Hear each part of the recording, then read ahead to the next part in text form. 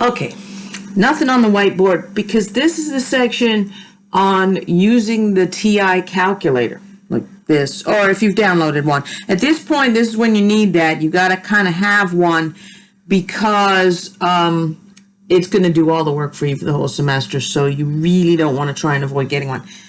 Anyway, and what we're going to do is we're going to use the graphing functions. So up here, this row of buttons, above all of the other buttons, this row of buttons up there, that's the one that has to do with graphing. All right, now the page that I put up online for you, it says hit Y equals. So that's this one right here. Okay, and it takes you into a little area, and it has, mine says plot 1, plot 2, plot 3 up top.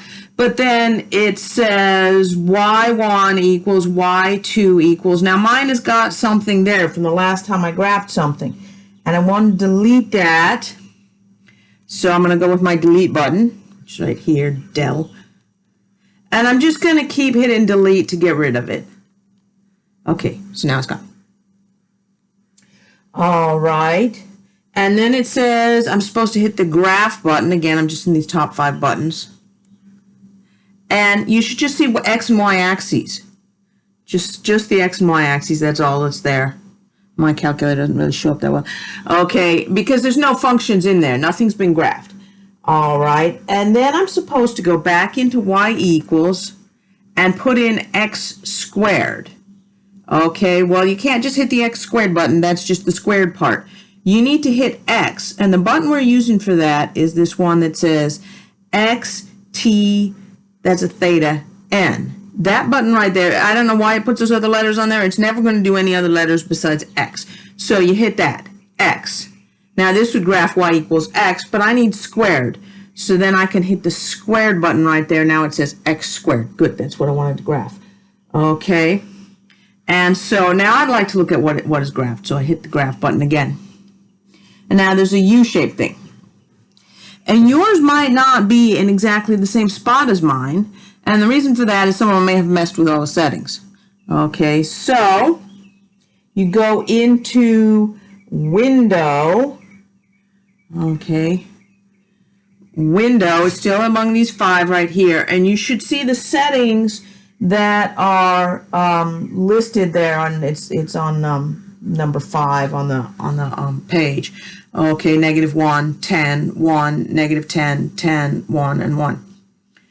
Okay, now the ones I would never mess with the XSC1, the YSC1, the XRES. Don't mess with those. Leave those always as 1.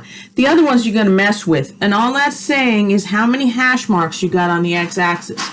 So if you wanted to go from -10 to 10, then that's going to be X min and X max.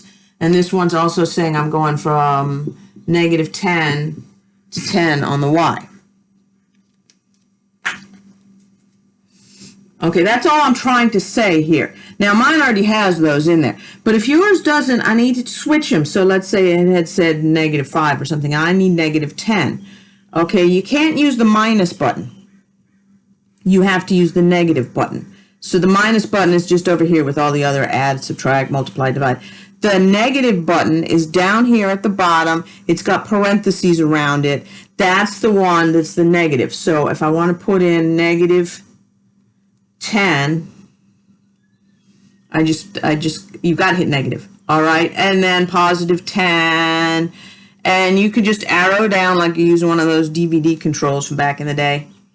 Okay, now I'm done with that.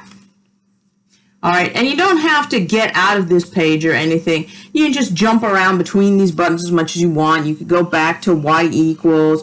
You can go over to graph. Okay, mine already has the same graph because mine was already set this way. All right, so anyway, and then in here, on the page, I say things like, well, now you can look at my, you can't see it very well here. So you can look at my graph A. I'm going to take pictures and just upload all the pictures individually as just images instead of trying to watch them on a video with all this glare and stuff. Okay, but you can compare yours to mine. All right, and then it has you do switch out the window. So you're not changing the y equals, you're just going into window and switching out all the numbers. And again, I'll show you what I got.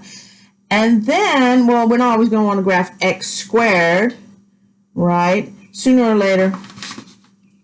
Okay, I think this is on question number 7. All of a sudden, it's saying, oh, wait, let's change to something else. Okay, so go back into y equals.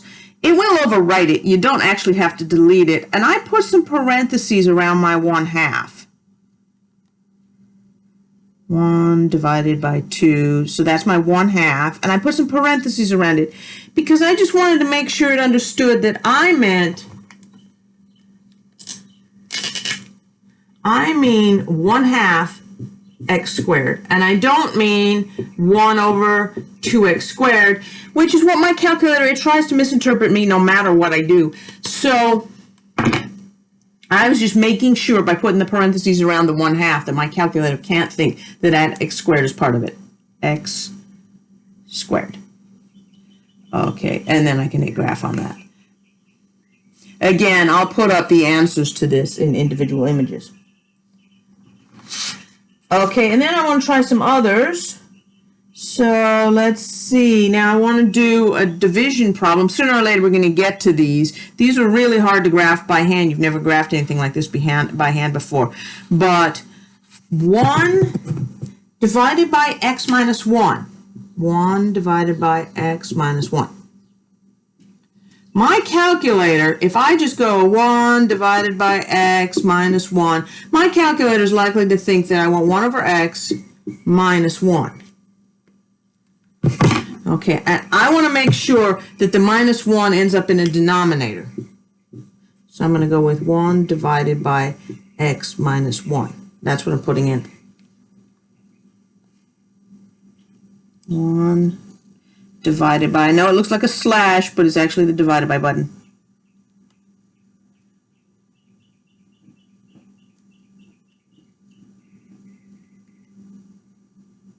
Okay, 1, and it'll make a slash right here. Then go in and fix the window. Okay, now when it graphs this, it's likely to give you something, well, I won't put it in the right spot.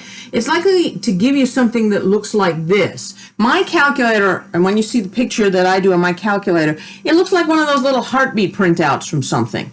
It looks like that, where it's doing that. Now, that vertical line is not meant to be there. Really, that's meant to be something called an asymptote, which we'll get to later.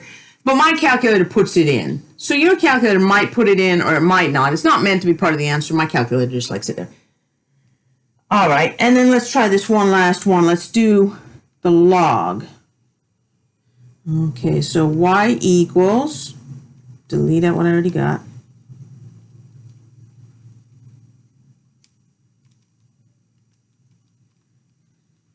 Okay, now ln, so this is going to be the natural log. I got the button for that.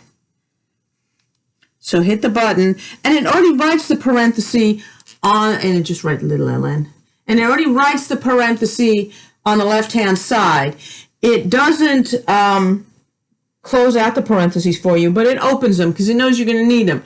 And then I would have to go with my variable button again, -3. Okay, and then I'll just physically close out the parentheses. So x minus 3, close out parentheses. Okay, so, and then when you get done with all of this stuff, number 10 just says, switch back to standard window. I've been messing with the window all this time. Switch back to this -10, 10, -10, 10, because most of the pictures that we're trying to make will fit in there. And if suddenly you've got this one set to 0, okay, and you're only ever seeing the top half of every picture, you might not be able to get them right.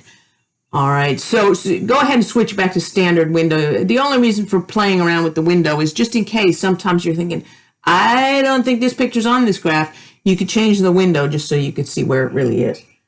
All right, anyway, so I'll graph all of the pictures of what I got separately so that you can actually look at them.